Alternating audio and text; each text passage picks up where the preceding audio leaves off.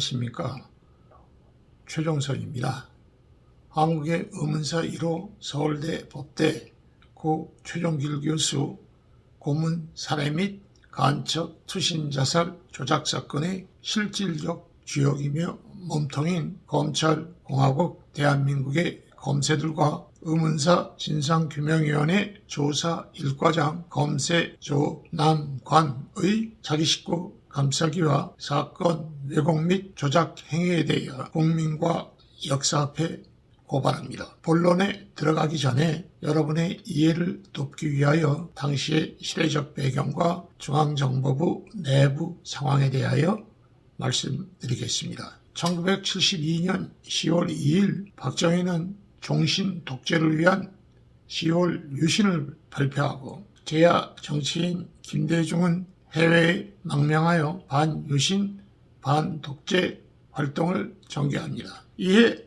박정희의 지시를 받은 대한민국 중앙정보부 1973년 8월 8일 일본 동경에서 김대중을 납치하여 공해상에 나가 온몸에 돌을 매달아 수장시켜 살해하고자 하였으나 미국 측의 강력한 제지로 김대중은 피살되기 바로 직전에 극적으로 생명을 구합니다. 1973년 10월 2일 유신 발표 1년 유신 폐지를 요구하는 대규모 서울대생 시위가 일어나고 중정 주도로 수많은 교수, 학생들이 연행되어 구타, 고문, 구속되는 사태가 발생합니다.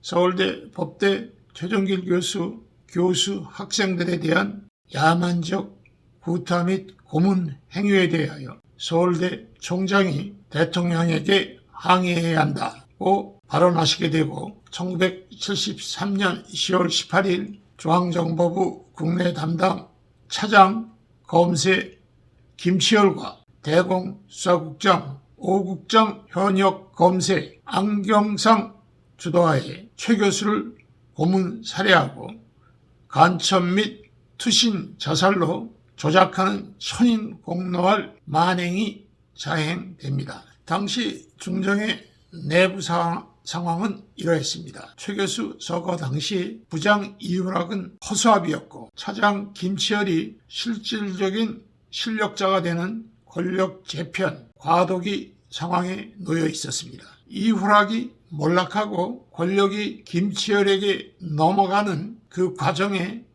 세 개의 사건이 있는데 속칭 윤필용 사건과 김대중 납치 살해 미수 사건 그리고 가짜 정보부원 이희기 사건입니다. 우선 첫째로 윤필용 사건과 이훈학의 관계에 대하여 먼저 말씀드리겠습니다. 필동 남산 근처에 수도 경비사령부가 있었고 사령관은 윤필용 중장입니다. 남산이라고 불리는 중앙정보부에는 이훈학 부장이 있습니다. 독약을 지니고 생명을 걸고 평양에 가서 김일성을 만나고 왔다는 그 이훈학입니다. 그 밑에 참모들이 있습니다. 윤필용 밑에는 육군 준장 손영길이 있는데 육사 11기, 전두환, 노태우랑 다 동기들입니다. 이쪽에는 감찰실장 이재걸이 있는데 판사 출신,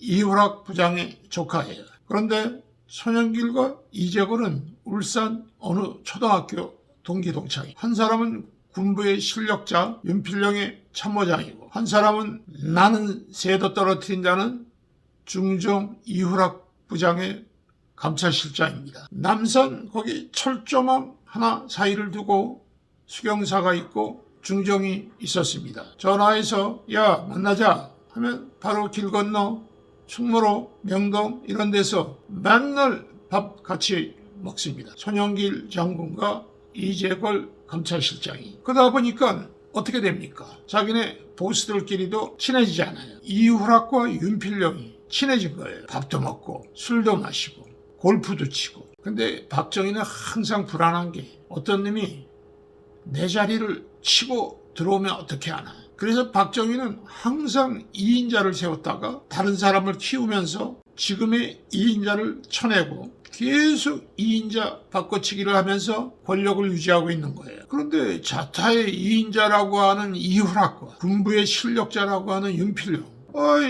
이것들이 너무 어울려.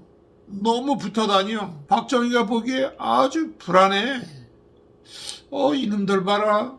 이거 안 되겠는데. 이러던 중에 박정희가 골프 치러 가서 조인했던 서울신문 신범식 사장인가 하는 사람으로부터 윤필용이 어느 술자리에서 이후락에게 각하는 노쇠하셨으니 이제는 형님이 그 뒤를 이어야 한다. 김춘추도 고구려 갔다 와서 신라 왕이 되었는데 형님도 평양 갔다 왔으니 당연히 다음은 형님 차례라고 했다는 말을 들은 거예요.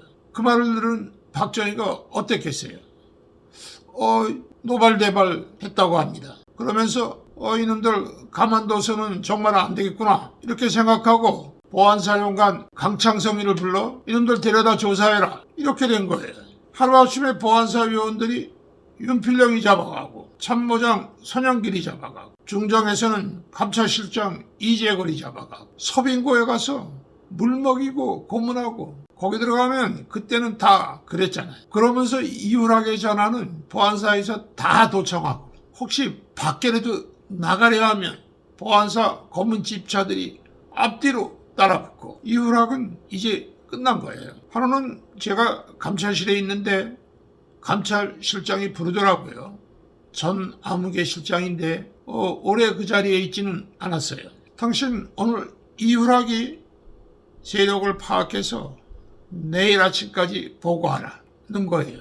원래 직원 인사 기록카드는 이문동에 있는 총무국에 있어요. 그런데 똑같은 전 직원 인사 기록카드가 남산에 있는 우리 감찰실 보안과에도 있습니다. 저 혼자 그 독방에 들어가서 밤 꼬박 새면서 수천 명 걸 다 뒤졌어요. 누구랑 같이 할 수 있는 작업이 아니에요. 자, 군 출신이면 병참이냐 아니냐. 이후락이 군 병참감 출신이었거든요. 병참 출신이면 다 골랐어요. 그 다음에 울산 출신이면 다 골랐어요. 그러면서 각각 그 개개인에 대한 동향 보고서가 붙어 있는데 그걸 면밀히 다 분석하고 그래서 100몇 명인가 추렸습니다. 그야말로 특명이지요. 이후락이 아직 현직에 남아있는데 이후락 부장 세력을 추종 세력을 발본 세곤하는 거예요. 다음날 아침에 그 리스트를 보고했습니다. 그날 저녁으로 그들 전원 모두 날아갔습니다. 100수십 명이 직권 면직 찍소리 한번 못하고. 그러면 그 특명이 누구에게서 왔겠습니까? 박정희로부터 차장 김철에게 직접 내려온 박정희의 특명인 거예요. 이후락이 이제 무슨 힘이 있습니까? 이제 정말 아무것도 아닌 거예요. 보안사로부터 전방위로 감시받고 있고 난 언제 잡혀가나 전전긍긍하고 있는 거예요. 그런데 박정희가 이후락을 빨리 데려다가 혼 좀 내줘 조사하라고 왜 못하냐. 이후락이 정치자금을 다 관리하고 주물렀거든요. 나중에 전두환이가 정권 잡고 나서 이후락을 조사하니까 이후락이 한 말 유명한 말 있잖아요. 나는 떡을 주무르다 보면 떡고물이 떨어진다. 난 그 떡고물 조금 챙겼다.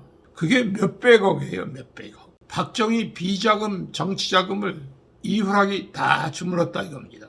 그러니 이 자식 잘못 건드리면 불어버리면 어떻게 해요. 그러니까 이러지도 못하고 저러지도 못하고 일단 그 똘마이들만 데려다 조사하는 거예요. 그런 상태의 중정입니다. 자, 그러면 이제 누가 실권자냐? 부장이 그런 상태니까 그 다음 실권자가 누구겠습니까? 차장 아닙니까? 차장. 그런데 차장이 2명 있어요. 국내 담당 차장, 해외 담당 차장. 해외 담당 차장은 이철이, 장영자의 남편. 이철이에 대해서는 다음에 다시 설명드리겠습니다. 자, 그러면 국내 담당 차장은 누구냐? 검세 출신 김치열. 김치열이 국내 담당 차장인 거예요. 완전히 실권을 잡았습니다. 이후락은 이제 있으나 마나고 이것이 이후락 몰락의 첫 단추가 되는 윤필령 사건입니다. 두 번째로 이후락을 침몰하게 하는 설상가상의 두 번째 사건이 일어나는데 그것은 바로 김대중의 납치 살해 미수 사건입니다. 이후락이 전 민주당 국회의원 최영근에게 박정희 대통령이 김대중을 해치워버려 그렇게 얘기를 해서 한 달여를 머뭇거렸더니 다시 박 대통령이 불러 총리하고도 얘기가 돼 있는데 왜 안 하냐고 다그쳤다는 겁니다. 하는 수 없이 지상명령을 수행하지 않을 수 없었다라고 했다고 기록되어 있습니다. 당시의 이후락은 이미 끈떨어진 연신세입니다. 나는 언제 잡혀 들어가나 전전긍긍하던 시절이에요. 그러면서 한편 어떻게 하면 박통의 신임을 다시 얻어낼 수 있을까 골몰하던 시절입니다. 바로 그런 심리 상태의 이후락에게 김대중을 해치워버려 라고 요구하는 박정희의 압박과 강요를 이후락이 어떻게 거절할 수 있었겠습니까? 1973년 8월 8일에 김대중 납치 살해 미수 사건은 그렇게 일어난 것입니다. 그런데 이 사건에는 또 다른 숨겨진 배경이 있습니다. 박정희와 중정 해외 담당 차장 이철이와의 특별한 관계에 그 해답이 있을 것입니다. 박정희와 육사 2기 동기인 이철이는 박정희가 군사 쿠데타를 일으켜 장면 민주정부를 전복할 당시 장면 정부의 방첩 부대장으로서 박정희의 쿠데타 음모를 사전에 인지하고 있었어요. 그럼에도 이를 묵살하고 장면에게 보고하지 않은 채 박정희의 쿠데타를 묵인 방조해줬습니다. 그런 인연으로 둘은 뗄래야 뗄 수 없는 가히 운명 공동체라 할 특별한 관계가 되었습니다. 앞에서 박정희와 이철이가 대한민국 육사 2기 동기라고 한 것에 대하여 그 시절을 잘 모르는 분들께서는 박정희가 우리 대한민국 육사 2기로 군 생활을 처음 시작한 것으로 잘못 알게 될까 두려워 잠시 팩트 체크하고 넘어가겠습니다. 화면에 보이는 웹 주소로 들어가면 일본 국회도서관에 보관되어 있는 다음과 같은 자료가 떠오릅니다. 이 자료에 근거하면 박정희는 일본이 중국 만주에 세운 일본 괴뢰 만주국의 만주 군관 학교에 한 명의 만주국 군인으로서 만주국을 위해 나아가 조국을 위해 어떠한 일신의 영달을 바라지 않겠습니다. 멸사봉공, 개와 말의 충성을 다할 결심입니다. 라며 일본을 조국이라 부르고 개와 말의 충성을 다하겠다고 혈서까지 써 바치며 입학을 간청했다고 나와 있습니다. 일본 국회도서관에 마이크로 필름으로 아주 잘 보관되어 있습니다. 박정희는 그렇게 개와 말의 충성을 다하여 일본에 충성하며 일본 육사를 졸업하고 만주에서 독립군 때려잡는 일본군 골수 앞잡이로 활동했어요. 그러다 일본이 패망하자 자신의 구명을 위해 해방기의 혼란을 틈타 광복군의 자원 변신 입대하여 광복군을 따라 귀국한 후 대한민국 육사에 들어가 육사 2기로 신분을 탈바꿈했던 것인데 거기에서 일본 나가노 군사정보학교 출신 이철이와 육사 2기로 처음 만나게 됩니다. 박정희는 바로 그 이철이를 중정 해외 담당 차장으로 임명하여 중정의 해외 정보 및 공작을 총괄하게 하는 한편 또 다른 비밀 미션, 중정 부장 감시역을 맡김으로써 이들 사이에는 언제나 소통할 수 있는 비선 라인이 있었습니다. 여러분 한번 생각해 보십시오. 여러분이 만약 이철이라면 이미 권력에서 한참 멀어져 언제 붙잡혀 들어갈지도 모르는 허수아비 부장 이후락이 귀하에게 김대중을 해치워버려 라고 한다면 귀하께서는 아무 의심 없이 예 알겠습니다 하고 곧바로 김대중을 꽁꽁 묶어 몸에 돌 매달아 물에 빠뜨려 죽이는 그런 어마어마한 살인 행위를 즉각 실행에 옮기겠습니까? 이철이도 당연히 자신의 직통 비선 라인을 통하여 박정희에게 연락을 취했고 박정희의 의중을 직접 확실히 확인하였기에 그 어마어마한 일을 벌였을 것입니다.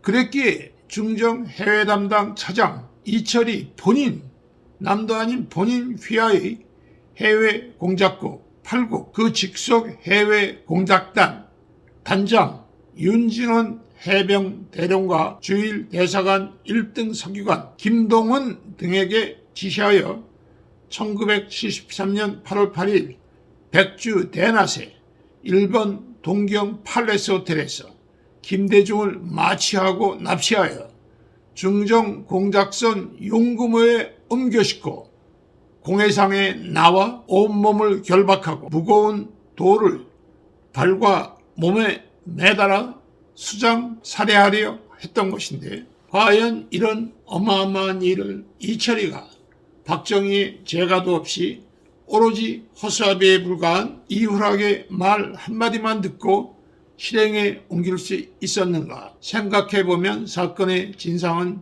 자명해질 것입니다. 어쨌든 사건은 터졌고 김대중이 납치된 걸 알게 된 어느 인사가 미국 하버드 대학교 법과대학의 제롬 코헨 교수에게 이 사실을 즉각 알리며 도움을 호소하고 코헨은 국무장관 키신저에게 즉시 알려 박정희에게 즉각 중지할 것을 강력히 요청하게 함으로써 김대중은 온몸에 돌이 매달려 수장되어 살해되기 바로 직전 찰나에 극적으로 생명을 구하게 됩니다. 이제 이 일은 크게 터졌습니다. 미국, 일본, 아니 전 세계적으로 한국 박정희 군사 독재의 야만적인 인권 유린과 군사 독재의 횡포에 대한 비난이 거세게 일어났습니다. 특히 일본은 자기 나라 수도 한복판에서 그것도 백주 대낮에 외교관 면책 특권을 누리는 한국의 외교관들에 의해 공공연히 자행된 납치 살해라니 그것도 일반인도 아닌 야당 지도자를 일본은 일본국 자기네 나라의 자존심에 크게 상처를 받았고 온 일본 국민이 한국과의 국교 단절과 즉각 응징을 외쳤습니다. 누군가는 책임을 져야 했습니다. 과연 누구에게 책임을 지었을까요? 그렇습니다. 이후락에게 문책이 간 것입니다. 제대로 하지도 못하고 실제로 사고를 친 건 해외 담당 차장 이철이인데 책임은 왜 내가? 이후락으로서는 억울했겠지만 어쨌든 그렇게 이후락은 권력에서 한층 더 멀어지게 되었습니다.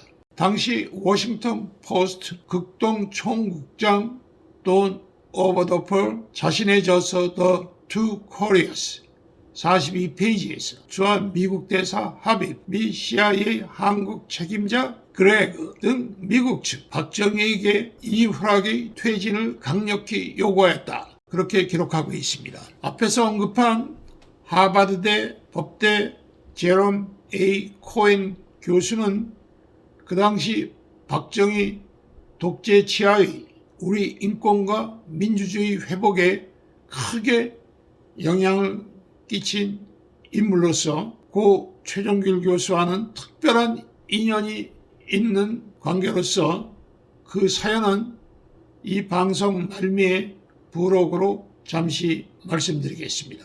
세 번째로 이후락을 완전 침몰케 하는 또 하나의 사건이 발생했는데 이는 가짜 중정 요원 이희기 사건입니다. 유경수와 같은 충북 옥천 출신의 이희기라는 자가 중정 요원을 사칭하다가 중정 감찰실에 와서 조사받던 중 구타를 당하여 성불구가 되었다는 내용의 이희기 처가 유경수에게 탄원하였고 유경수는 자신의 제2부속실 김두영 비서관 등을 동원하여 사건의 진상을 파악합니다. 그리고 그 조사 결과를 박정희에게 알리고 박정희는 이후락과 감찰실장 손정호를 불러 호되게 추궁하며 그 책임을 묻습니다. 그런데 여기에도 또 드러나지 않은 숨겨진 배경이 있습니다. 유경수가 가장 미워하는 자들은 박정규, 이후락, 즉 박정희에게 여자를 알선해주고 공급해주는 그런 자들을 가장 증오하고 미워했다는 것은 삼척동자도 다 아는 주제 사실입니다. 유경수는 이제 윤필용 사건과 김대중 납치 실패로 거의 목이 잘린 이후락의 마지막 목줄을 가짜 정보보원 이희기 사건을 확대, 침소, 봉대하여 완전히 자르려 하였습니다. 박정희의 여자 문제로 새파랗게 독이 오를 대로 올라 있는 유경수, 절치부심이 도끼와 오기로 박정희에게 여자를 공급해주는 이후락을 제거하여 박정희 곁에서 완전히 떼어놓기로 작정했던 것입니다. 이와 관련하여 그 당시에 저의 기억을 되살려 봅니다. 유경수의 감시와 닥달을 견디다 못한 박정희와 경호실장 박종규는 여자 조달을 청와대 밖 중정에 떠넘겼고 이후락 정보부가 그 일을 떠맡게 되었습니다. 중정 부장 비서실에는 방송국 프로듀서 출신의 의전 비서관이 있었는데 그런데 그가 하는 일은 후일 김재규 부장 당시의 박선호 의전과장이 한 것과 같은 박정희의 최홍사 역할이었고 중정 남산 본관 바로 퇴계로 길 건너 충무로에 있는 라이언스 호텔에 중정 미린팀이 박정희의 여인들을 물색하고 공급하는 실무를 집행했습니다. 저는 중정 정보학교를 마치고 첫 근무 부서로 부장 직속 감찰실에 보직명을 받아 감찰실 보안과 보안 1개에 근무하였는데 바로 옆방이 보안 3개 사무실이었습니다. 좀 지나면서 보니까 그 보안 3개 사무실은 거의 항상 비어 있어요. 사무실에 들어가면 책상은 있는데 책상 위에 서류 같은 게 거의 전혀 없어요. 서류 속에 파묻혀 살던 우리 사무실과는 너무 다른 풍경이에요. 아침 정시에 출근하는 우리들과는 다르게 오후 늦게야 출근하는 인기척이 그 방에 들리는 거예요. 근데 출근해서도 서류 같은 걸 책상 위에 펼쳐놓고 일을 한다든가 그런 모습은 안 보여요. 잡담만 하다가 그러다가 휙 하고 나가버리면 그만해요. 이상한 건 또 있었어요. 모두가 권총을 휴대하고 있습니다. 총기는 필요할 때만 휴대하도록 규정되어 있는데 그 친구들은 항상 권총 벨트에 실탄을 휴대하고 있었어요. 세월이 지나면서 헌병 대위 김 SS와 대화를 하게 되었는데 어디로 휙 나가버릴 때면 제가 묶어냈어요. 어딜 가는 거야? 그때마다 그는 말없이 씩 웃고 그리고 나가버렸어요. 그럼 그만해요. 어딜 또 가는 거야? 하루는 제가 또 물었어요. 그랬더니 어딜 가긴 삼청각 보초 사러 가지. 그의 대답이었습니다. 그러면서 가까워진 그는 기생 파티 보초스로 육사 나왔나? 라며 자신의 처지를 한탄했습니다. 그 후 어떻게 되었을까요? 제가 감찰실을 떠난 이후 그의 소식을 듣지 못했습니다. 그의 상관 보안 3계장 이모 서기관은 교사 출신이었는데 그 또한 자신의 처지와 맡은 직무에 회의가 깊었어요. 결국은 걷어차고 낙향해 버렸다는 소문을 들은 것 같습니다. 7.4 남북 공동성명은 1972년 7월 4일에 있었고 삼청각 또한 그에 맞춰 1972년 준공되어 남북 적시자회담, 남북 조절위 회담 그런 장소로 간혹 이용되어지기도 했던 것은 사실입니다. 그러나 기실은 박정희의 숨겨진 또 하나의 비밀 연회장, 색궁이었을 뿐입니다. 박정희는 남북 관련 무슨 중대한 비밀 회합이나 하는 양 유경수에게 안개를 피우고 경호실장 박종규와 극소수 경호인원만 대동하고 청와대를 빠져나옵니다. 다음은 중정 부장 직속 감찰실 보안 3개가 주축이 된 중정 경호팀이 삼천각에 박정희를 경호하는 것입니다. 그래서 헌병대의 김 SS는 저에게 기생 파티 보초스로 육사 나왔나 라며 자조 섞인 한탄을 했던 것입니다. 박정희가 가는 곳은 그게 어디가 되었 언제나 여자로 귀결되었는데 그러기도 참 쉽지 않은 일인데 말입니다. 김재규 부장의 박선우 의전과장이 이 일을 떠맡기 전 이후락 중정부장 당시에는 이와 같이 박정희에 대한 여자 공급과 경호가 이루어졌는데 그러나 유경수가 이를 모를 리가 없는 것입니다. 유경수는 자신의 제2부속실을 중심으로 한 나름대로의 정보망을 갖고 있었어요.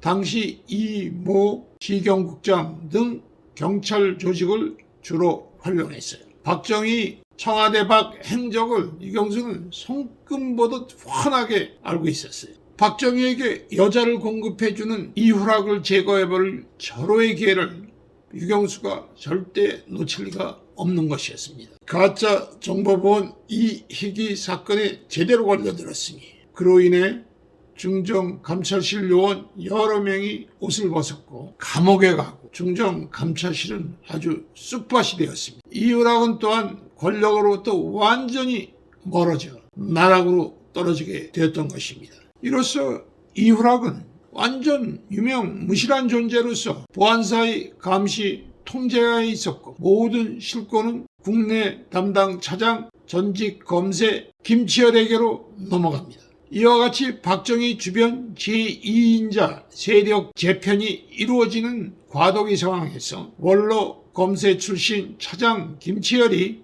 반 이후락계 위 남산의 부장들 그 책에서는 김종필, 박종규, 신직수 등을 반 이후락계로 거명했습니다. 그 반 이후락계의 지원을 받은 원로 검사 출신 국내 담당 차장 김치열이 KCIA 대한민국 중앙정보부의 주도권을 완전 장악하여 현직 검사로서 중정 대공수사국 5국 국장 안경상이 정보분의 실세로 새로이 급부상하였습니다.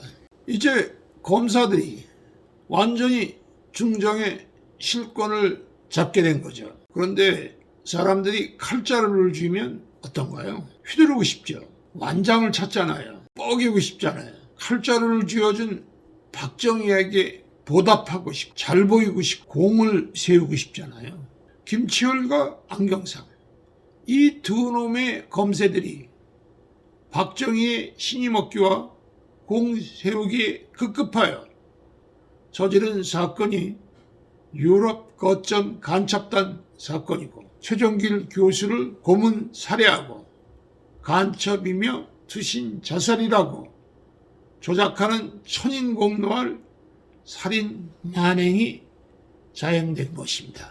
최 교수를 고문 치사한 고문 수사관들 김상원, 차철권, 변영철, 고병원, 안흥영, 장송록 등은 원로 검사 중앙정보부 차장 김치열과 대공수사국 국장 현역 검사 안경상의 고문해설에도 간첩단을 조작하라는 지시에 따라 고 최 교수를 무참히 고문 살해하였던 것입니다. 최 교수 사후 최 교수를 간첩 그리고 투신자살이라고 조작하도록 계획하고 지시한 지휘자 그래서 과실범이 아닌 천인공노할 완전 확신범 고의범들은 중정 차장 원로 검사 김치열 중정 대공수사국 국장 현역 검사 안경상 등 검사들입니다. 최 교수 사체 검시를 지휘하면서 고문의 흔적은 없다.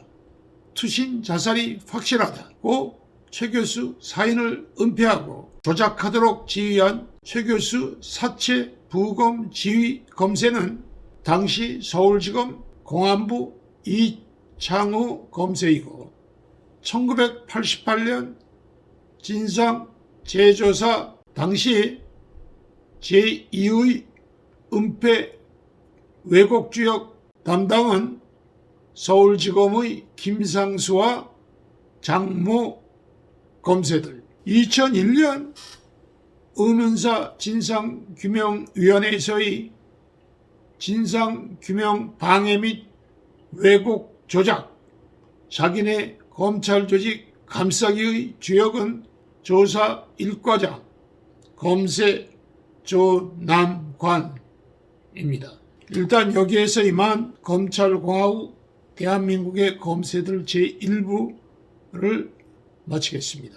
앞에서 내용 중에 부록으로 따로 떼어 말씀드리겠다고 공지하였던 하버드대학 법과대학의 제롬 코엔 교수와 저희 서울대 법대 고 최 교수의 인연 관계에 대하여 잠시 지면을 빌려 말씀드리겠습니다. 고 최 교수는 1970년부터 72년까지 미국 하버드대학교 법과대학의 연구차 가 계시면서 한국을 포함한 미국의 동아시아 정책에 지대한 영향력을 행사하는 하버드 대학의 에드윈 라이샤워 교수와 후에 카터 미 대통령의 인권 자문역으로 미국의 대내외 인권 정책을 주도하게 되는 제롬 A. 코엔 교수 등과 친밀한 유대관계를 갖게 되었습니다.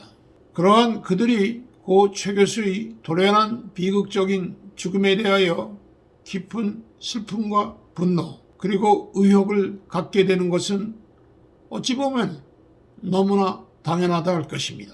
그들은 고 최 교수를 Great Scholar, Patriot and Friend, 위대한 대학자, 애국자, 그리고 우리들의 친구라고 애도하면서 조의 전문을 보내 고 최 교수의 부인 형수님과 유가족을 위로하였습니다.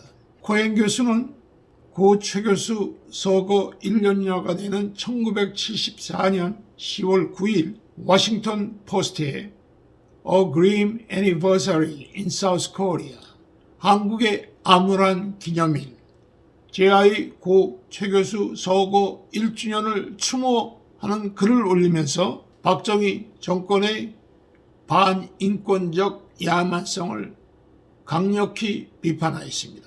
워싱턴 포스트의 이 기사는 함세웅, 김승훈, 문정현, 신연봉, 오태순 등 천주교 정의 구현 전국 사제단 신부님들에게도 알려져 사제단은 1974년 12월 18일 명동성당에서 인권 회복을 위해 죽은 사람들을 위한 추도 미사를 열고 고 최종길 교수의 죽음을 중앙정보부의 정기 고문에 의한 타살로 규정하면서 철저한 사인규명과 책임자 처벌을 강력히 요구하였습니다. 이후 이 한국의 암울한 기념일의 한글 번역판 유인물과 정의구현 전국사제단의 우리의 인권주장은 한국의 반독재 민주화 투쟁의 기폭제가 되었습니다. 코엔 교수는 1975년 5월 20일 박동선 사건 등 코리아 게이트를 조사하는 미 하원 프레이저 위원회의 한국 인권문제 청문회에 참석하여 이 A Grim Anniversary in South Korea를 증거 자료로 채택시키면서 KCIA의 김대중 납치와 최종길 교수 고문치사 사건을 대표적 사례로 제시하며 박정희 유신 독재의 인권 유린을 강력히 비판하였습니다. 이후 고 최종길 교수 고문치사 사건과 김대중 납치 사건, 그리고 인혁당 관련자들에 대한 사법살인 사건 등은 미국을 중심으로 한 전 세계 자유민주국가에서 한국을 바라보는 대표적 인권 유린 사례가 되어 박정희의 유신 독재를 더 이상 용납해서는 안 되는 악의 화신으로 각인되게 하였습니다. 여러분 안녕하십니까? 최종선입니다. 검찰공화국 대한민국의 검세 제1부에 이어서 서울대 법대 고 최종길 교수 고문 살해 및 간첩 투신자살 조작 사건의 관련 검세 개개인에 대하여 각각의 그 죄가를 국민과 역사 앞에 고발합니다. 1. 김치열 검세 당시 중앙정보부 국내 담당 차장, 전 검찰총장, 전 법무부 장관. 1973년 10월 본 사건 당시 중정의 실질적 최고 지휘 책임자인 국내 담당 차장으로서 사건의 기획, 고문, 살해, 간첩 조작, 투신 자살 조작, 허위 조작 사실 발표, 기자회견 주관 등 본 사건의 총체적 원흉입니다. 2. 안경상 현역 검세 당시 중앙정보부 대공수사국 5국 국장. 1973년 10월 본 사건 당시 중정의 실질적 범행 부서인 대공수사국 5국 국장으로서 사건의 기획, 고문, 살해, 간첩 조작, 투신 자살 조작, 허위 조작 사실 발표, 기자회견 주관 등 본 사건의 총체적 실행 주체이며 원흉입니다. 저는 2001년 저의 책 산자여 말하라에서 아래와 같이 기록한 바 있습니다. 검시 도중 우리가 대기하던 연구소장실, 소장 오수창, 국립과학수사연구소를 말하는 것입니다. 에서 감찰과장은 부고위층에 전화를 걸어 유가족의 3가지 요구사항을 보장한다는 약속을 다시 한번 확인해달라고 요청하였다. 전화를 끊은 감찰과장은 고위층에서 이를 쾌히 승낙하고 즉시 오국장 안경상을 보내 유족들에게 직접 요구사항을 보장한다는 약속의 말을 전하도록 하겠다고 했다는 것이다. 잠시 후 오국장 안경상이 들어왔다. 뺨을 맞아도 할 말이 없다 하면서 내 손을 붙잡고 위에서 직접 유가족을 찾아가 약속을 지키겠다는 말을 전하라기에 왔다. 사죄단을 편성, 나머지 가족들에게도 사죄하고 고인의 죽음에 대한 막대하게 충분히 보상하겠다는 것이었다. 죽여도 시원찮은데 뺨이나 한쪽 내놓겠다는 것이다. 국민의 세금을 마치 제 것인 양 우리에게 막대하게 보상하겠다는 것이다. 대공수사국장 안경상은 그날 이후 이 사건 전개 과정에 단 한 번도 그 모습이나 그 존재 자체를 드러낸 적이 없습니다. 쥐구멍 속에 깊이 숨어 오늘 현재까지도 그 모습을 드러낸 적이 없습니다. 1988년 정의구현 전국사재단 그리고 저를 포함한 저희 유가족의 사건 재조사 진정 당시에는 저인의 검세 김상수와 장모 등 뒤에 숨어서 2001년 의문사 진상규명위원회에서는 저인의 검세 조난관 등 뒤에 숨어 그때마다 쥐새끼처럼 비굴하게 빠져나가 오늘도 어디인가 쥐구멍 속에 숨어 있습니다.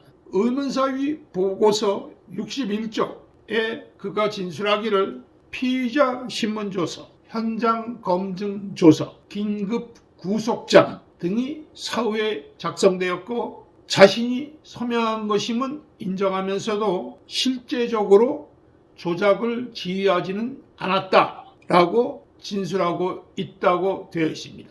자신이 중정 대공수사국 5국을 지휘 통솔하는 최고 정점의 국장이면서 위조 조작 서류에 서명은 했지만 지휘는 안 했다니 이 무슨 눈 가리고 아웅하는 개소리겠습니까? 의문사위 조사 기록 68쪽 최 교수 사체 부검의 국가수 소속 김상현은 다음과 같이 진술합니다. 중정에서는 부검 이후 며칠이 지난 후에 수사관 둘을 국가수에 보내 협조 공문조차 없이 사체 사진이 포함된 최종길 부검 감정서 원본을 가져가려고 시도했다. 부검이 김상현은 국가수 소장 오수창에게 이는 불법이고 증거를 인멸하는 행위가 될 수 있다고 말하면서 이를 거부했다고 한다. 김상현은 68쪽 색인 76에서 또한 진술합니다. 제가 부검을 한 직후인지 며칠 지나서인지 정확치는 않지만 중정의 수사관 2명이 저를 찾아와서 최종길의 부검 감정서 원본을 달라고 요구한 적이 있습니다. 오수창 당시 국가수 소장에게 이는 증거를 인멸하는 행위가 될 수 있고 또 불법적인 행위가 되기 때문에 원본을 줘서는 안 된다고 말하면서 주지 않았습니다. 조사관이 묻습니다. 원본을 달라고 한 사람들이 중정에 수사관 것을 어떻게 알았습니까? 답하기를 신분을 밝혔기 때문에 안 것입니다. 이와 같이 검세 안경상은 부하 직원들을 국가수에 보내 고 최 교수 사체 부검 기록 원본을 불법으로 탈취하려는 등 증거 인멸을 시도하였습니다. 또한 안경상은 고 최종길 교수의 실제 최종선 접니다. 제가 위 검세 김치열과 안경상의 허위 날조 기자회견 TV를 시청하던 중 울분을 못 이긴 나머지 쇼크로 졸도한 양 가장하여 응급으로 세브란스 병원 정신병동에 입원하였던 1973년 10월 25일부터 11월 12일 퇴원하기까지의 제2번 기록을 세브란스 병원을 겁박하여 강제 말소 삭제해버렸습니다. 이에 관한 구체적인 내용은 저의 블로그 산자여 말하라의 미완의 망명편에 상세히 기록되어 있습니다. 화면에 보시면 제 웹 어드레스가 나와 있습니다. 산자여 말하라 블로그가 보이고 미완의 망명 자료가 화면에 나와 있습니다. 세 번째 검세 이창우 현역 검세 당시 서울지검 공안부 검사 사건 당시 중정 차장 검세 김치열 대공수사국장 검사 안경상 등과 공모하여 최종길 교수의 사의를 고문치사가 아닌 투신 자살이라며 현장 검증과 사체 검시 결과를 허위 조작한 실행 주체로서 주모자급 공범입니다. 2001년 저희 책 산자여 말하라 제6원 고백에서도 밝혔다시피 검세 이창우는 위 중정 5국장 검세 안경상 차장 김치열 등이 고문 사례를 투신 자살로 허위 조작한 각본에 따라 사실상 존재하지도 않는 조작된 투신 현장을 직접 현장 검증하였다면서 고 최 교수 유가족 본인 등에게 손과 발이 부러져 있고 후두부가 깨어져 있는 것으로 보아 투신 자살이 확실한 것으로 보이나 상세한 것은 검시를 해봐야 알겠다. 공문을 한 흔적은 아무것도 없다 하며 허위 조작 사실 마치 사실인 양 가장하여 저와 우리 유가족을 기만하고자 시도하였다. 국립과학수사연구소에서는 검시를 마쳤다면서 저 최종선 등 우리 유가족에게 투신 자살이 확실하다고 허위 거짓 조작하여 통보하였다. 검세 이창우에 대한 의문사위 조사 기록에 의하면 검사 이창우는 실제로 현장 검증을 집행한 사실이 전혀 없습니다. 검사 이창우는 의문사의 조사 보고서 66쪽에서 10월 19일 새벽 3시, 4시경에 사체를 확인하고 투신했다는 화장실에 가보았으며 국가수에 부검을 의뢰하도록 지휘를 하였다고 주장하고 있으나 이는 새빨간 거짓말입니다. 현장 검증 조사상 실제 참석자로 기재되어 있는 차철권, 저희 형님을 죽인 고문수사관입니다. 차철권은 자신 등과 검사가 현장 검증에 참여한 사실이 없다고 진술하고 있어 현장 검증 조서의 내용과 검증 사실조차 믿기 어렵다. 또한 현장 검증 조서상 현장 검증 시간으로 되어 있는 10월 19일 오전 4시 30분에는 이미 고 최 교수의 사체가 국립과학연구소에 옮겨져 있었다. 조사보고서 64쪽 최 교수 고문 살해 수사관 차철권의 진술. 문 현장 검증 조서에는 이창우 검사의 지휘를 받아 진술인과 김상원, 다른 한 명의 고문수사관입니다. 김상원이 참여한 가운데 검증 조서가 작성된 것으로 되어 있는데 사실이 아니란 말입니까? 문서에 어떻게 나와 있다? 나는 현장 검증에 참여한 사실이 없습니다. 새벽 4시 30분에서 5시 사이에 저는 장송록 수사단장의 사무실에서 사고 경위 보고서를 작성하고 있었는데 어떻게 제가 현장 검증에 참여할 수 있었겠습니까? 의문사의 조사 보고서 68쪽 국가수 최종길 교수 사체 부검이 김상현의 진술. 중요한 사건의 경우 검사가 대부분 입회 기록을 남기는데 이 경우에는 입회는 물론 지휘를 하지도 않았습니다. 당시 묻습니다. 당시 부검을 지휘한 이창우 검사는 고문으로 인한 외상을 주의 깊게 살피라고 진술인에게 지시를 하였다는데요. 답. 저는 이창우 검사든 누구든 검사를 본 사실이 없었기에 지시를 했다는 말은 새빨간 거짓말입니다. 또 묻습니다. 부검을 하는데 특별한 요건이 필요한가요? 사망 진단서나 검안서가 있어야 부검을 할 수 있습니다. 사망 진단서나 사체 검안서가 없어도 부검하는 경우가 있나요? 그런 경우는 전혀 없습니다. 최종길의 부검 전에 사망 진단서나 사체 검안서를 본 적이 있나요? 전혀 그런 것을 보지 못했습니다. 해부 원장도 보지 못했습니다. 사후 24시간이 안 된 상태에서 부검을 한 것이 이 건 말고도 있나요? 제 경우에는 이 건 이전은 물론 그 후로도 전혀 없습니다.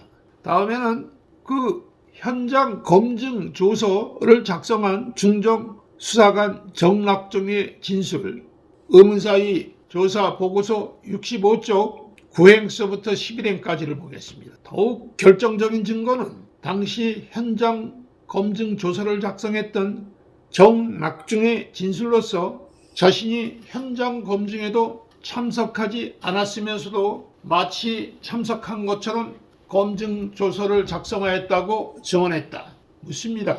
진술인이 현장 검증에 참여한 것은 맞나요? 아닙니다. 검증 조서는 서철신 과장의 지시를 받고 작성한 것입니다. 당시 현장에 있던 서철신 과장, 차철권, 김상원 등으로부터 사건 내용을 듣고 작성했던 것입니다. 현장 검증을 한 시간이 새벽 4시 30분경부터 같은 날 새벽 5시까지로 되어 있는데 실제 그 시간에 현장 검증한 것이 맞나요? 당시 서철신 과장 등 직원들로부터 들었는데 새벽에 검사가 와서 현장 검증을 했고 또 동인의 부검 지시에 의해 사체를 가수로 옮겨 놓았다고 하였습니다. 그래서 시간을 대략적으로 그와 같이 기재를 한 것 같기도 한데 자세한 경위에 대해서는 오래되어 기억이 없습니다. 묻습니다. 실제로 누군가가 현장 검증을 한 것은 맞나요? 서철신 과장, 김경한 계장과 차철권, 김상원의 진술에 따르면 새벽 4시 30분에서 새벽 5시까지 이창우 검사의 지휘하에 현장 검증을 하였다고 하므로 이를 믿을 수밖에 없으나 직접 본 것은 아닙니다. 의문사의 조사 보고서 66쪽 중정 대공수사국 5국 10과장 서철신의 증언입니다. 서철신 과장 역시 나와 김경한 계장은 물론 수사과에서 현장 검증에 입회한 사람은 아무도 없었다라고 진술하고 있습니다.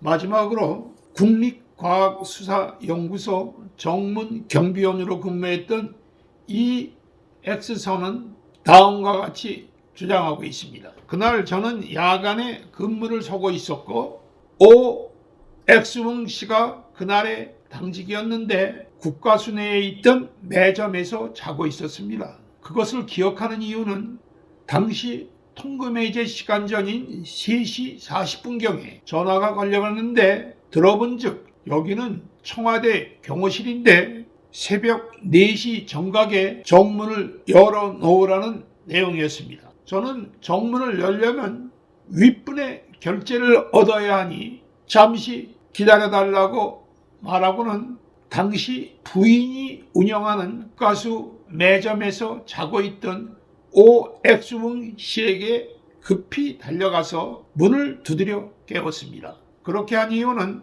당직을 서야 할 사람이 자리를 비운 탓에 문책이라도 받으면 안 된다는 생각 때문이었고 더구나 내가 정문 수의실에서 자리를 비운 사이에 전화가 걸려올 것을 대비하여 전화를 내려놓았으므로 급한 마음에 마구 뛰어다닌 기억이 나는 데다가 나중에 이 사실을 추궁당하지 않으려면 시간대를 잘 기억해야 했던 사정이 있어 정확히 기억하는 것입니다. 사체가 들어온 것은 제가 자리로 돌아온 직후였으므로 4시 정각에서 5분 내지 10분 지난 시점입니다. 보십시오. 여기 이 사건에서 가장 중요한 결정적 단서가 여기 있습니다. 보십시오. 실제로 최 교수 투신 현장 검증에 참여한 사람이 단 한 사람도 없고 그 현장을 목격한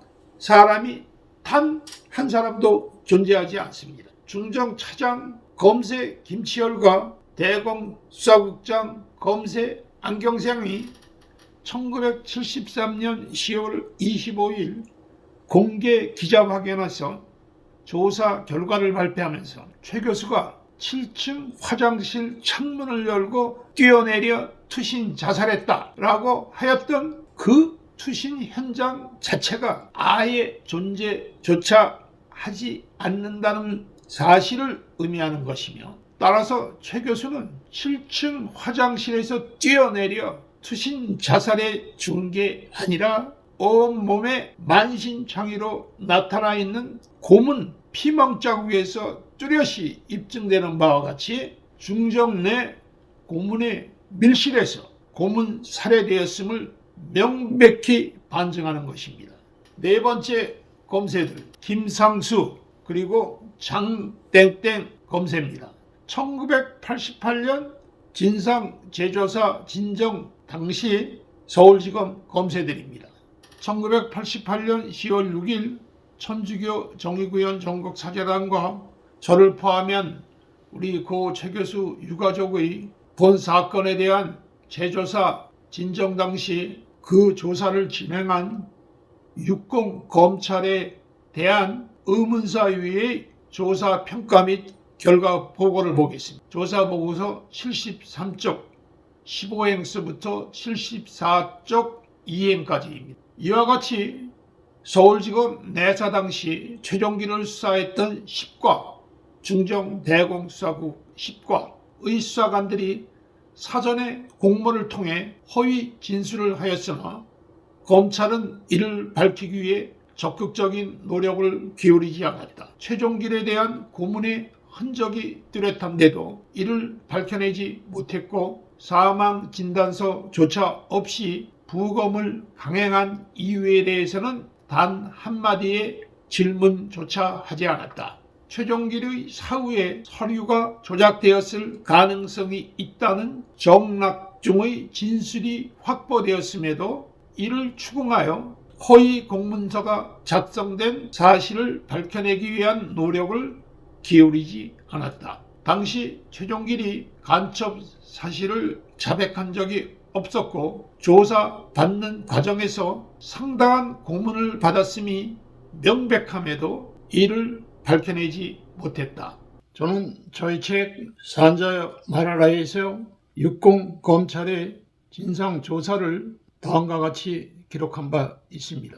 1988년 육공 검찰의 진상조사는 진상규명이 아니라 1973년 최초 사건 발생 당시 경황 중에 엉성하고 허술하게 조작된 1차 은폐 조작극의 문제점과 모순점에 도리어 합법성과 완벽성만 보강해주고 고문 살인자들에게는 공식적인 면죄부만 만들어준 제2의 은폐 조작극에 불과합니다. 그야말로 수많은 모순점과 문제점을 지니고 있지만 대표적인 기억 한두 가지만 회고하는 것으로서 전체를 대신하고자 합니다. 사건 조사 중반에 추가로 투입된 장 땡땡 모 검사는 저의 얼굴을 몰랐기에 저를 정보부 사람으로 잘못 알고 수고 많으십니다. 적당히 덮어버리는 거지요 뭐 하고 잘못 말하였다가 저로부터 거센 비난을 받게 되자 당황하여 아니라고 부인하느라 땀을 뻘뻘 흘리는 해프닝이 연출되었는데 이렇게 당혹스러운 분위기는 그 해당 장모 검사뿐만 아니라 그 검사실 소속 검찰 수사관과 여직원에게도 또한 마찬가지로 파급되어 그들 모두를 아주 낭패스럽게 위축시켰습니다. 이미 육공이라는 정권의 한계를 예감하고 있던 저로서는 이 정권 아래서는 진상이 규명되어질 수 없다는 마음을 굳힌 지 이미 오래였으며 차제 검사와 그 소속원들이 당혹하여 위축되어 있는 이 분위기일 때 아예 한 발 더 내딛기로 결심하고 지금부터 내가 진술하는 것은 검사에게 하는 것이 아니라 역사 앞에 하는 것입니다. 지금부터 내가 진술하는 내용은 후일 역사가 기필코 되돌아볼 것이니 한자 한 획도 빠뜨리거나 조작하거나 왜곡되게 바꿔 써서는 안 됩니다. 라고 엄숙히 선언하고 그날 밤 늦게까지 점심, 저녁 식사도 모두 함께 거른 채 중간중간에 읽어보고 고치고 또 읽어보고 고치고 하기를 수십 번을 거듭하면서 그야말로 심혈을 기울여 진술서를 작성하였습니다. 바로 이 진술서를 검찰이 의문사 진상규명위원회에 자료로 제출하지 않는다면 검찰은 말로만 인권을 말할 뿐 실질적으로는 우리 국민, 우리 민족 전체의 염원인 인권 국가 건설을 방해, 역행하고 있는 암적 집단에 불과함을 스스로 자인하는 것이 될 것입니다. 최종길 교수가 정보부에서 조사받을 때 정보부 수사 규정에 따라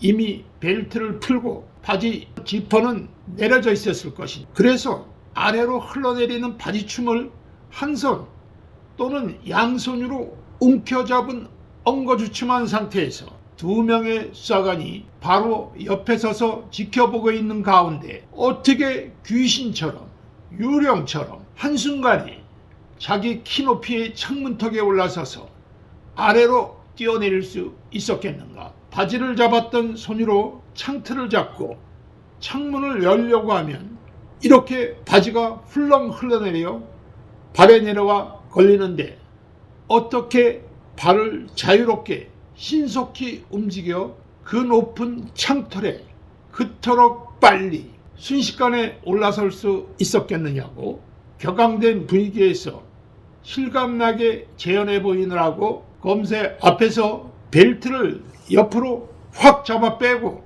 바지 지퍼를 쫙 밑으로 끌어내리고는 바지춤을 잡았던 손을 놓자 바지가 발밑으로 흘러떨어졌는데 그러고서 창문 쪽으로 뛰듯이 종종걸음, 그러나 바지가 흘러내려와 양발에 걸쳐 감겨 있었으므로 정상적으로 발걸음을 종종걸음조차 제대로 할 수가 없었습니다. 그런 종종걸음으로 다가가서 창문을 열면서 창틀로 올라설 듯 제가 실제 실현하였더니 바지 지퍼를 내리고 바지가 흘러내리는 상황에 누구보다 당혹한 검찰 여직원이 얼른 고개를 푹 숙이던 모습도 지금 생각하면 실소를 자아내게 하는 기억 중에 하나이지만 저의 격렬한 몸짓과 행동에 제가 정말로 창문을 열고 뛰어내리는 게 아닌가 착각하고 겁먹은 장모 검사와 검찰 수사관의 얼굴이 백지창처럼 창백해지던 모습도 지금껏 생생합니다. 바로 그 진술서 원본 제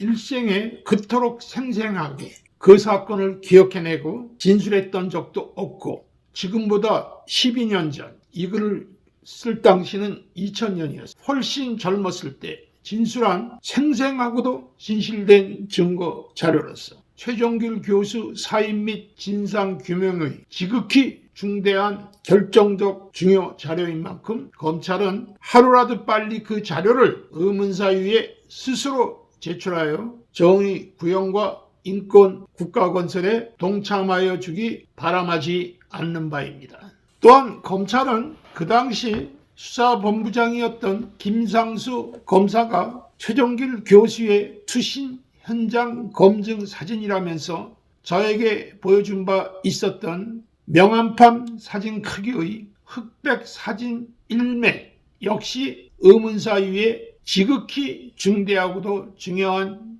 증거 자료로서 기필코 제출하여야만 합니다. 비전문가인 제 육안으로만 보아도 그 사진은 완전히 조작된 사진입니다. 저를 속이려 급히 조작해 만든 사진이지만 혹 때려다 혹 붙인다고 격언에 거짓말 하나를 하려면 20개의 거짓말이 필요하다더니 중앙정보부와 검찰은 공연한 짓을 해서 화근을 자초한 것입니다. 사진가들의 영역은 말고라도 도대체 시대가 어느 시대인데 흑백 사진이란 말씀입니까? 1973년이면 일개인도 흑백 필름을 잘 안 쓰던 시절인데 대한민국 최고의 정보기관인 중앙정보부가 대한민국 최고의 수사기관인 검찰이 그토록 예민하고도 중대한 사건의 현장 검증 사진으로 흑백 필름을 사용하여 그것도 단 한 장만을 촬영하였다니요. 정말 말도 안 되는 소리입니다. 당시 중앙정보부 감찰실 정규 요원으로 수시로 정보 장비에 대한 보안 감사 내지 보안 점검을 실시하여 왔으므로 누구보다 잘 아는 사실이지만 당시 정보부의 수사 장비 및 자료들은 대한민국 최고 수준의 첨단의 수사 장비 및 자료들로서 흑백 필름 같은 구닥다리 캐캐먹은 수사 장비 내지 자료 같은 것은 눈을 씻고 찾아보려 해도 찾아보기 힘들었을 때인데 아니 웬 난데없는 흑백 사진이란 말씀입니까? 사건이 어떤 사진인데 단 한 장의 사진만을 칼라도 아닌 흑백 필름으로 촬영하였단 말입니까? 그 사진은 정말로 정말로 지극히 중요한 자료이며 증거입니다. 사진 전문가에 의하여 그 사진이 조작된 사진으로 판명되어질 경우 그 사진의 조작은 단순히 사진 한 장의 조작으로만 끝나는 게 아니라 이 사건 전체가 중앙정보부 한 기관에 의해서만 조작되고 은폐된 게 아니고 대한민국 검찰까지 함께 가세하여 범정권적 차원, 범정부적 차원에서 조작되고 은폐되었음을 웅변으로 나타내주는 말할 수 없이 중요하고도 중대한 단서가 되는 것이기 때문입니다. 정보부가 조작하여 만들고 검찰은 그 조작된 사진을 저에게 보여주며 행사하여서 저를 속여 진실, 고문, 살인을 은폐하고자 하였다면 그 하찮을 수도 있는 흑백 사진 한 장이 검찰과 정보부가 완전 계획적으로 공모하여 합동으로 고문, 살인을 은폐하였음을 명백히 입증해주는 중대하고도 중요한 증거 자료가 되는 것입니다. 즉, 그 엉성하고 초라한 흑백 사진 한 장이 검찰과 중앙정보부의 존재 이유 자체를 의심케 할 수 있는 지극히 중요하고도 막중한 치명적 자료가 된다는 사실입니다. 바로 이 사진, 이 흑백 사진 일매를 검찰은 의문사 위에 기필코 제출하여야만 합니다. 만일 이 사진과 저의 진술 기록 등이 지금은 폐기되고 없어 제출할 수 없다 한다면 이제 그만 대한민국 검찰은 스스로 그 간판을 내려야 할 것입니다. 최 교수를 고문하여 죽인 게 누구이고 간첩이고 투신자살이라고 조작한 자들은 누구인가? 검세들에 의해 점령당하고 지휘 통제되던 중앙정보부의 고문 조사실에서 검세들의 고의적 계획적 지시에 따른 중앙정보부 고문 수사관들의 고문 살해 사건으로서 검세들에 의해 조직적 계획적으로 간첩으로 조작되고 투신 자살로 조작되었으며 1988년 재조사에서까지 또한 검찰에 의해 조직적 계획적으로 2차 조작 은폐되었고 2001년 의문사 진상규명위원회에서조차 검세 조남관에 의해 조작 왜곡된 검세들의 천인공노할 고문 살인 및 간첩 투신 자살 조작 사건인 것이다. 역대 역사의 고비마다 군사 독재자의 옆에 권력의 시녀 더러운 고문 검세들이 있어왔다. 온 몸을 헝건히 적시고 있는 고 최종길 교수의 선녀를 씻어내지 않고는 검찰은 더 이상 인권을 말할 수도 없으며 더 이상 정의를 말해서도 안 된다. 고문과 조작, 간첩의 누명 속에 죽어간 수많은 민주열사 의사들이 흘린 처절한 피의 못 그 한가운데 그 피를 뒤집어 쓴 채 우뚝 서 있는 검찰이 감히 국민의 인권을 말하면서 여전히 국민 위에 군림하며 역사 발전을 가로막는 행위는 국민과 역사 앞에 단죄를 면치 못할 그야말로 국민 반역, 정의 반역, 역사 반역 아니면 달리 무엇이라 할 것인가. 여기에 고 최종길 교수 고문 살인 및 간첩 투신 자살 조작 사건의 조작 주역 천인공노할 검세들의 죄가를 국민과 역사 앞에 엄중히 고발합니다. 이것으로 검찰공화국 대한민국의 검세 제2부를 마치겠습니다. 곧바로 이어질 검찰공화국 대한민국의 검세들 제3부에서는 시대의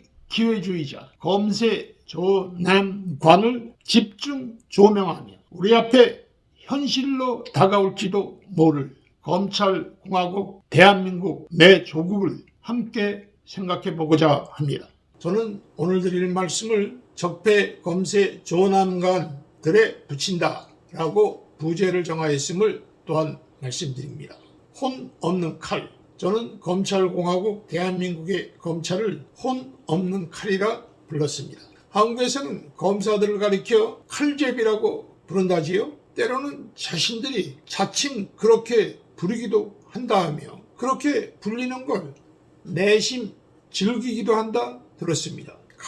칼에는 혼이 없습니다. 개 백정에게 들리면 개 잡는 칼이 되는 것이고 소 백정에게 들리면 소 잡는 칼이 될 뿐입니다. 과거에는 군사 독재자들 손에 들렸으니 나라의 주인 국민을 핍박하는 칼이었다 치고 이제 민주정부 손에 들렸으니 얼마나 잘하는지 한번 두고 보자 하였습니다. 혹시나 했더니 역시나 였습니다. 대한민국 검찰 누구를 위해서도 존재하지 않습니다. 오로지 자신만을 위해 존재할 뿐입니다. 검세 조남관이 국정원 감찰실장으로 간다는 기사를 보게 되었습니다. 국정원 감찰실장에 검찰 출신 조남관 서울 고검검사 내정, 2000년 대통령 직속 의문사 진상규명위원회 조사 1과장을 맡아 1973년 중앙정보부에서 조사를 받다 숨진 최종길 전 서울대 법대 교수의 의문사 사건을 파헤쳤다. 파헤쳐? 파헤치긴 뭘 파헤쳐? 고 최 교수 사건을 조사한답시고 진상규명을 방해, 왜곡, 조작, 그리고 자기네 검찰 조직 감싸기면 급급했던 불의 적폐검사 주제에 지가 무슨 최 교수 사건을 파헤쳤다고. 생각하기조차 얼굴 뜨겁고 구역질나 고개를 들 수가 없었습니다. 낯간지러웠습니다. 분했습니다. 이런 기사도 봤습니다. 국정원 빅5 자리로 꼽힌다지요. 국정원 감찰실장에 현직 검사인 조남관 서울 고검 검사가 내정됐답니다. 2000년 12월 대통령 직속 의문사 진상규명위원회 소속 조사 1과장으로 일할 때는 박정희 정권 때 중앙정보부에서 조사를 받다 숨진 고 최종길 서울대 교수의 의문사 사건을 맡아 위법한 공권력의 개입으로 숨졌다는 결과를 내기도 했습니다. 당시 그가 남긴 어록도 있습니다. 많은 사람을 한순간 속일 수 있고 한 사람을 영원히 속일 수는 있지만 많은 사람을 영원히 속일 수는 없다. 어록까지도 다 남기고 이 사이트는 아주 대단히 친조남관 성향입니다. 사이비 종교 교주 떠받드는 수준이에요. 아마 그의 사설 괴벨스 아닌가 싶습니다. 이제 그가 국가정보원 적폐청산 TF를 주도한다고 합니다. 고 최 교수 사건은 결단코 그 적폐청산 대상 사건에 포함되지 않을 것입니다. 그 사건을 다시 건드리면 자신의 위선적인 치부가 드러나게 될 것인데 과연 그가 고 최 교수 사건을 그 대상 사건에 포함시킬 수 있을까요? 자기가 다 해결했다고 떠벌리고 다닌 사건을 자신이 다시 끄집어내요. 청산 대상에 포함시켜야 할 적폐였다 할 수 있겠습니까? 왜 생선가게는 항상 고양이에게 맡겨지는지 세상사 참 모를 일입니다. 아니나 다를까 다른 사건은 다 포함시켰으면서도 고 최 교수 사건만은 유독 제외되었습니다. 생선가게를 고양이가 차지하고 있으니 제대로 될 리가 없는 것입니다. 국정원과 자신 그리고 자신의 검찰 조직의 가장 뼈아픈 아킬레스건인 고 최 교수 사건을 검세 조남관이 재조사해야 할 청산 대상 과거사 사건에 포함시킬 리는 결코 없는 것이었습니다. 아래와 같은 기사도 봤습니다. 또 노무현 정부 때 인사 중용, 이르면 15일 검사장 인사, 검찰 문화계는 파격 인사 가능성 높아. 청와대가 인사 주도. 일요신문 취재 결과 파격 인사의 주인공은 24기 조남관 감찰실장이 될 것으로 알려졌다. 서울 고검 검사로 있다가 국정원 감찰실장으로 파견가 있는 조남관 검사 사법연수원 24기는 이번 인사에서 검사장 승진 후 법무부 검찰국장으로 가게 될 가능성이 높은 것으로 알려졌다. 청와대 소식에 정통한 검찰 관계자는 청와대에서 조남관 실장을 검사장으로 승진시킨 뒤 검찰국장에 임명하는 것을 거의 확정했다고 들었다며 24기로 막 검사장이 된 인물이 검사들의 인사를 좌지우지하는 검찰국장에 임명되는 것은 엄청난 파격일 수 있다고 귀뜸했다. 검찰 인사 시즌임은 언제나 그에 관한 기사가 떠오릅니다.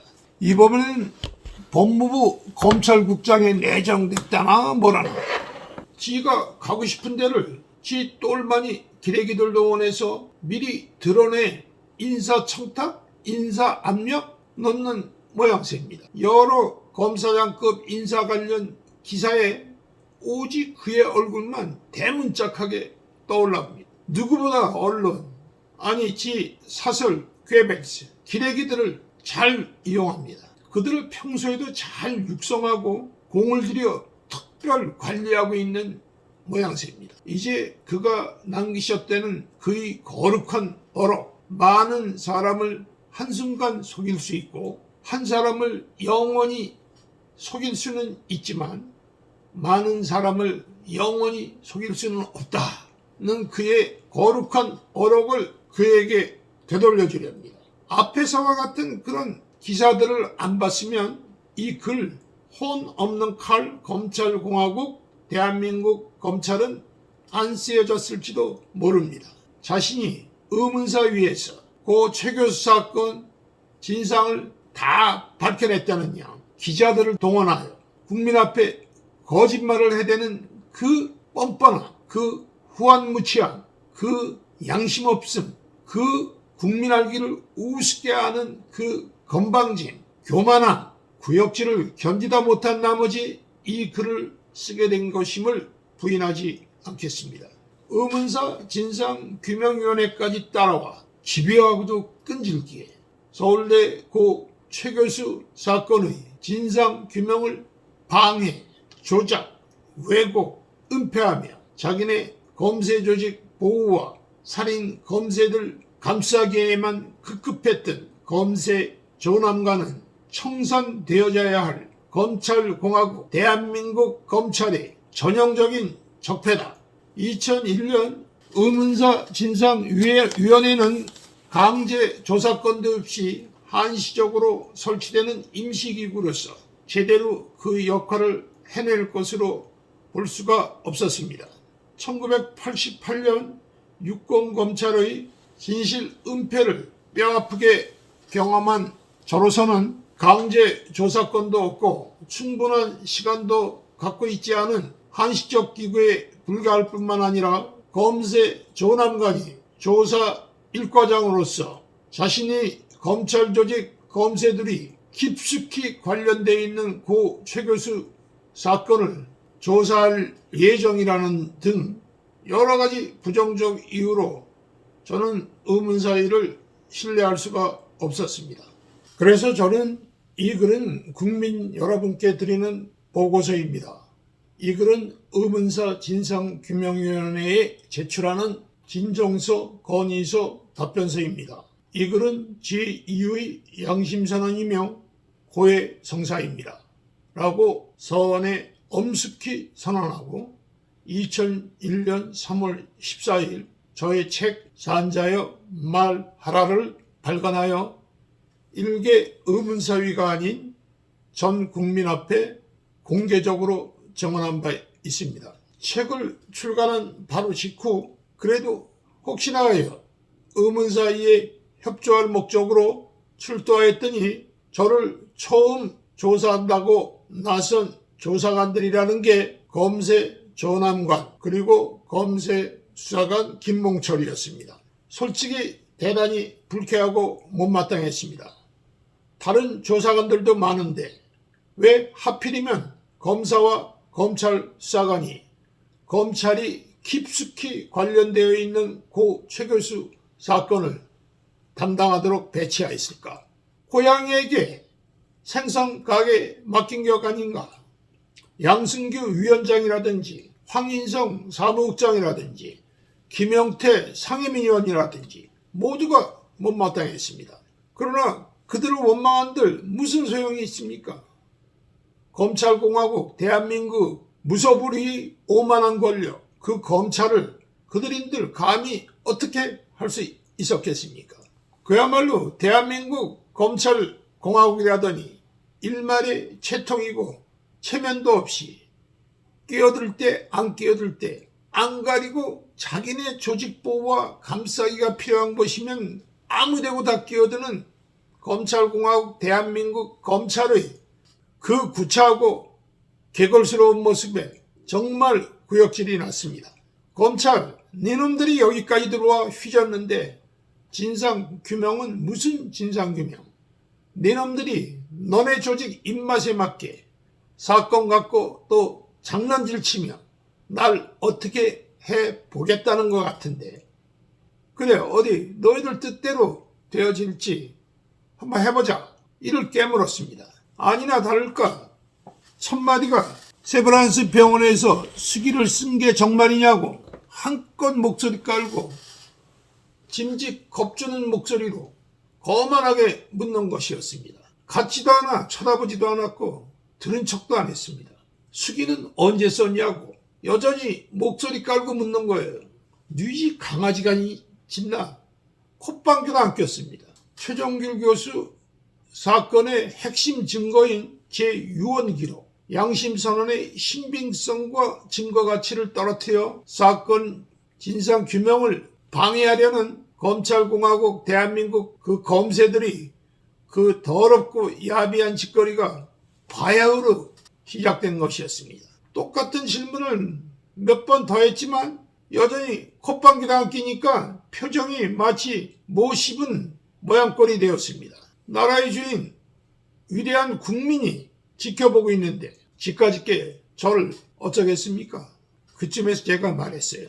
예절을 지켜서 공손하게 하지 않으면 난 곧바로 일어나 공항으로가 그대로 출국한다. 나는 나라의 주인 국민 앞에 내 책으로 직접 증언하였으니 그것으로 됐다 하고 일어서려 했더니 그제야 태도가 조문 달라지면서 말인즉슨 세브란스 병원에 제2번 기록이 없어서 물어보는 거라, 그런 얘기였습니다. 세브란스 병원에 제2번 사실을 조사했다? 말하자면 최순실 등 국정농단 세력이 JTBC에서 입수한 태블릿이 가짜라고 억지 쓰며 물고 늘어진 것은 그 태블릿을 가짜로 만들면 그 태블릿에 있는 내용에 근거한 그들 국정농단 세력의 국정농단 범죄 또한 근본적으로 뒤집을 수 있다는 그들 나름대로의 간교한 계산과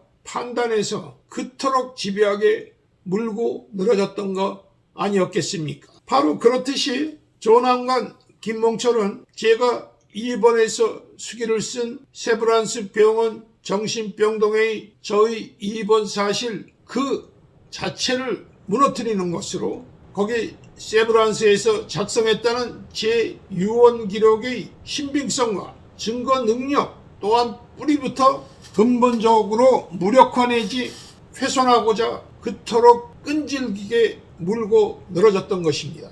그들 참으로 집요하고도 열심히 애 많이 썼더라고요. 최 교수 고문해서 죽이고 그 죽임에 더하여 간첩이며 투신 자살이라고 조작하고 덮어 씌우기까지 한 천인 공로할 놈들 조사하여 정의를 바로 세워야 할 검사라는 자가 사건에 관련된 자기네 검새들 김치열, 안경상, 이창우, 김상수, 장땡땡 자기네 검찰 조직 감싸고 보호하기면 급급하여 사건 진상규명에 가장 중요한 증거 자료일 수 있는 제6원 수기의 진실성을 근본적으로 무너뜨리려는 그야말로 칼을 거꾸로 들고 달려드는 그 한심한 작태를 보다 못하여 분하다 보기에 앞서 실로 안쓰럽고 측은하게 이를 데 없었습니다. 화면에 보여드리는 자료는 2017년 2월 13일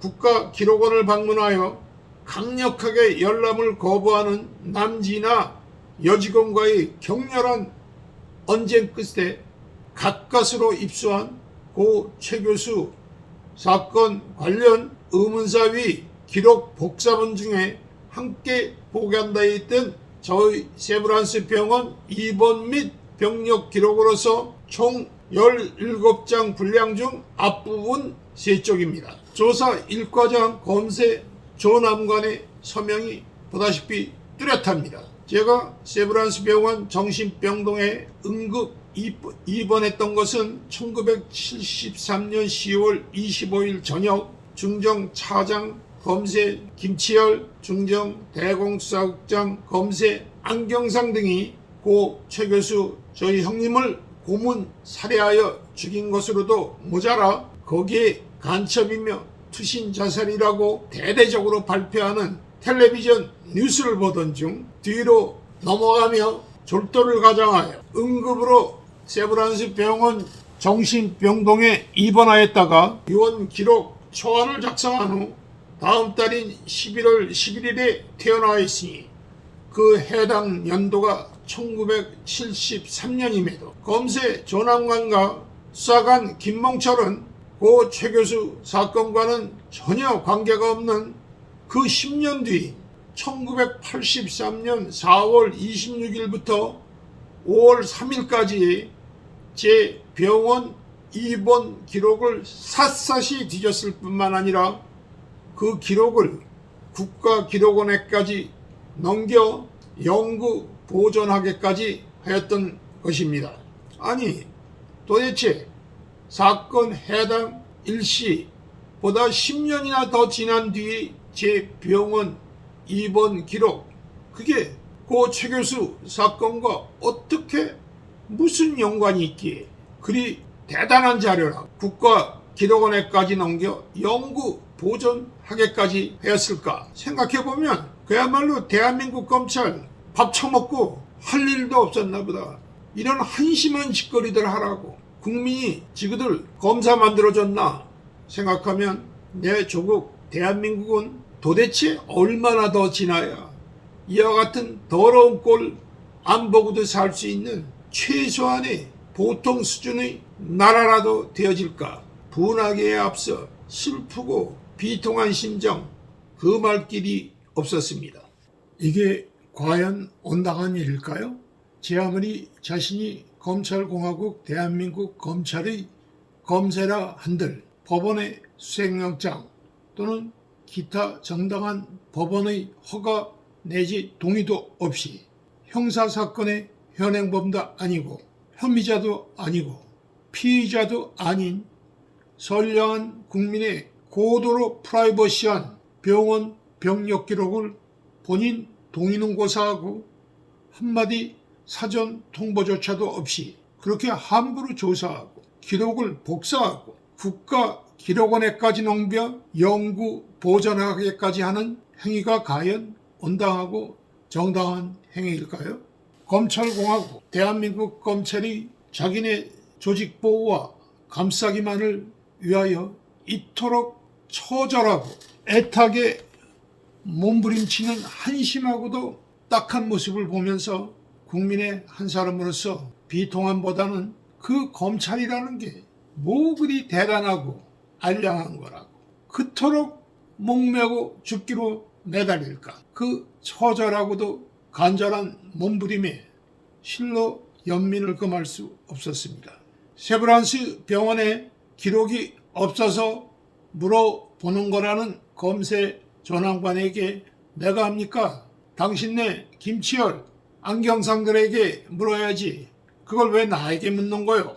하고 일어나 나와버렸고 그 후 출국하여 제가 사는 곳으로 돌아와 그런 더러운 검세놈들 판치는 한국 쪽으로는 고개도 돌리지 않고 살았습니다. 말이야 바른말로 제 유언 시기에 보면 저를 위해 정신병동에 독방을 잡아주고 연세대 대학노트와 펜을 주어 저의 피 맺힌 수기를 쓰도록 도와준 절친 지훈상 교수 이야기도 나오고 지훈상 교수는 그 후 세브란스 병원장 연세대 의무 부총장까지 역임한 바 있는 신사입니다. 절대로 거짓말을 할 뿐이 아닙니다. 또 입원해 있던 저를 몇 번이고 면회왔던 저의 중정 정규과정 국위 동기생 중정 감찰실 요원 박춘영 군이라든가 여러 인물들이 있음에도 그들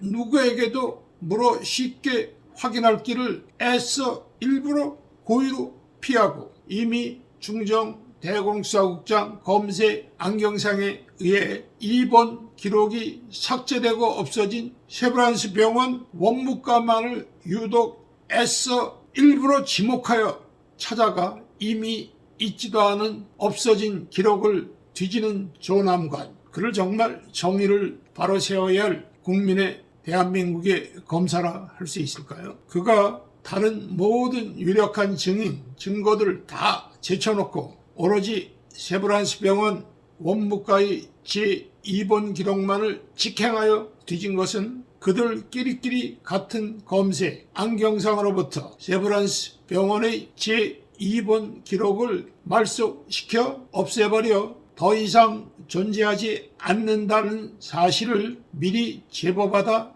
이미 알고 벌린 계획된 각본이며 시효에 불과했음을 여실히 드러낸 것입니다. 결론적으로 조사 1과장 담당 검세 조남관의 농간과 장난질로 저희 유원수기는 의문사위원회에서 증거 자료로 채택되지 않았고 쓰레기처럼 철저히 외면당하면서 고 최 교수 사건은 진실과는 거리가 멀게 우물떡주물떡 어정쩡하게 끝나고 말았습니다. 2020년 1월 13일 조남관이 법무부 검찰국장에 인사 발령되었다. 참으로 검찰에 인재가 없었나 보다. 참으로 지지리도 검찰에 믿을 놈이 없었나 보다. 다른 말 할 거 없이 관상학적으로 그 생김새를 뜯어보라. 꼭 쥐박이상, 쥐새끼상 아닌가? 그의 과거 전력을 보자. 그는 뼈골부터 기회주의자 거짓말쟁이다. 김대중 정부의 의문사위에 와서도 자기네 검찰조직, 자기네 검사놈들 김치열, 안경상, 이창우, 김상수, 장땡땡 등 감싸고 돌며 정의를 외면한 채 진실에 눈 감고 칼을 거꾸로 들고 달려들던 전형적인 적폐검사, 불의검사가 바로 그다. 문재인 정부가 들었으니까 고 최 교수 나의 형님 의문사를 지가 다 밝혀냈다면서 지가 마치 무슨 민주검사나 되느냐. 뻥치고 알랑거리던 가증스러운 거짓말쟁이 기회주의자가 바로 그인 것이다. 조남관 이번에 가면서도 역시 그 기레기들에게 뭐라고 주절대기는 했던데 최종길 교수 의문사 어쩌고 하는 소리는 개소리는 이런 방구 없었다. 그래야지. 고 최 교수에 대하여 주둥아리 함부로 놀리면 안 된다는 거 교육은 좀 된 것 같기는 하다. 하기는 이 혼없는 칼 검찰공화국 대한민국 검찰을 청와대, 법무부, 대검찰청, 경찰청 여기저기 뿌려댔더니 그 약발이 먹혔는지 최 교수 어쩌고 하는 개소리는 이제 쏙 들어갔다. 그래도 그는 여전히 그 입을 나불거려 정의와 공정이라는 기본에 충실하되 그동안 국민 위에 군림하거나 조직 이기주의로 국민에게 비춰졌던 잘못된 관행은 과감히 고쳐나가는 등 스스로 변화와 개혁의 주체가 되어야 한다. 라고 속셈을 감춘 개소리를 여전히 읊었다. 도대체 어느 정부 부처 일개 국장급 정도가 자리를 옮기면서 꼬박꼬박 기자들을 불러 취임사라도 하듯 나불거려 기레기들로 하여금 대서특필케 한단 말인가. 그 가벼운 주둥이 나불거리는 참지 못한 그 경망스러운 그 주둥아리가 결국은 그의 화근이 될 것이다. 눈 가리고 아웅 기회주의적 거짓 언행으로 이번에는 또 누구를 속이고 또 누구를 배신하려는지 우리 국민 두 눈 똑바로 뜨고 지켜봐야 할 요주의 인물이다. 저는 그간 대한민국의 검찰을 혼없는 칼이라 불렀습니다. 그러나 이제는 그렇게 부르지 않으려 합니다. 이제는 그 검세들의 영혼에 무당의 혼이 들어갔기 때문입니다. 이제 그들은 더 이상 혼없는 칼이 아닙니다. 무당의 칼입니다. 이제 어쩌면 나라의 주인 우리는 무당의 혼에 홀려 작두 위에서 칼춤추는 피비린내 나는 개검의 나라에서 땅을 치며 통곡할 것입니다. 이제 어쩌면 나라의 주인 우리는 촛불의 성지 광화문에서 산채로 가죽 벗겨져 제물로 바쳐지는 불쌍한 소의 눈물과 무당 그들만의 피비린내 나는 광란의 축제를 보게 될 것입니다. 이제 어쩌면 나라의 주인 우리는 부엉이 바위에서 떨어져 죽는 또 하나의 우리 대통령을 보게 될 것입니다. 이제 어쩌면 나라의 주인 우리는 온몸에 피멍들어 고문치사당하는 또 하나의 최종길, 또 하나의 박종철을 보게 될 것입니다. 이상으로 3회에 걸친 검찰공화국 대한민국의 검세들 끝까지 시청해 주신 민주시민 여러분께 깊은 감사의 마음을 전합니다. 저는 한국의 의문사 1호 서울대 법대 고 최종길 교수의 실제이며 중앙정보부 최정례 정규과정 제9기 수석 출신 전직 중앙정보부원 최종선입니다. 감사합니다.